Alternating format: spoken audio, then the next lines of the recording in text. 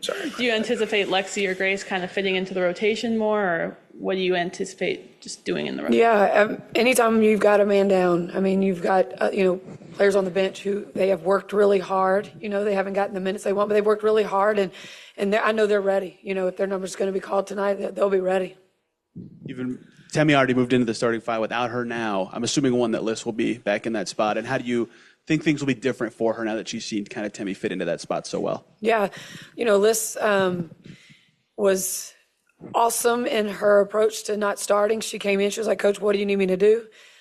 She's been working extremely hard. She does, she comes in the game and she's given us what she's, what she knows that she needs for us to have a chance to get some wins. So, looking forward to her having this opportunity again, and she's excited about it. And, she just wants to win. I mean, they all just want to get a win. Hi, Christie. With Erica playing around 17 minutes per, I guess, how do you plan to delegate those lost minutes tonight? Is that going to, maybe one specific person? Is it going to be more of a group effort? Yeah, I think it's that kind of depends on, who Seattle plays and who's in there in the matchup. But I think, Lexi, of course, Grace, of course, I think they're going to have an opportunity to get out there and show that they're, when they're ready and their number's called, that they're ready to go. Scott. We talked about the unusual schedule, but one of the maybe positive things is you're playing teams multiple times. How beneficial is that to this young team? And also, what did you take out of the game film from last time after looking it over? The first part of that question, it's, as a, former assistant coach, it's easier, when you have a scout that's back-to-back, when you're trying to prepare and you can watch and try to make adjustments pretty quick, and you can see if what you see is able to help you be more successful when you play someone, just pretty much back-to-back. But other than that, the game the other night against LA, that was, a heartbreaker. I thought we were going to be able to get that one.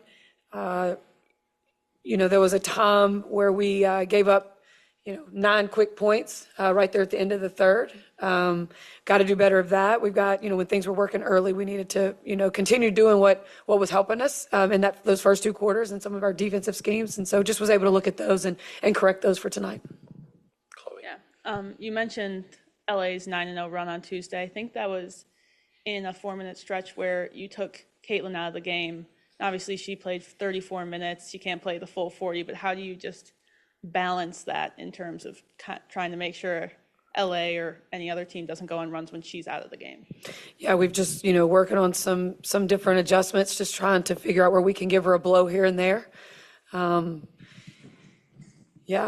She's, she's being guarded full court, picking her up, double teams, just really fighting on both ends. And so we're really trying to find a way to give her a little bit, a little rest when we can.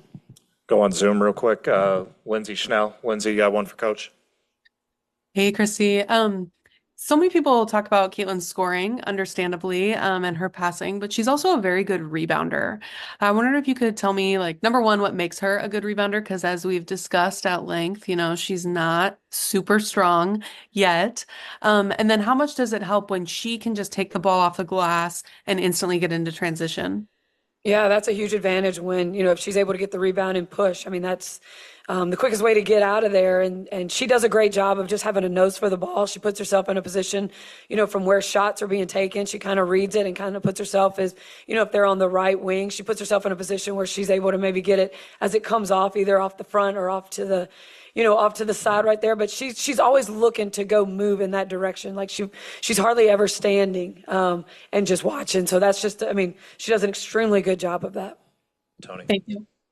Tough time to ask this with the injuries that change it tonight specifically, but do you feel like you've been experimenting with rotations, trying to figure stuff out through these first 9 games? Do you come in with a plan, and how reflexive are you when a game starts to what needs to be changed given what's happening?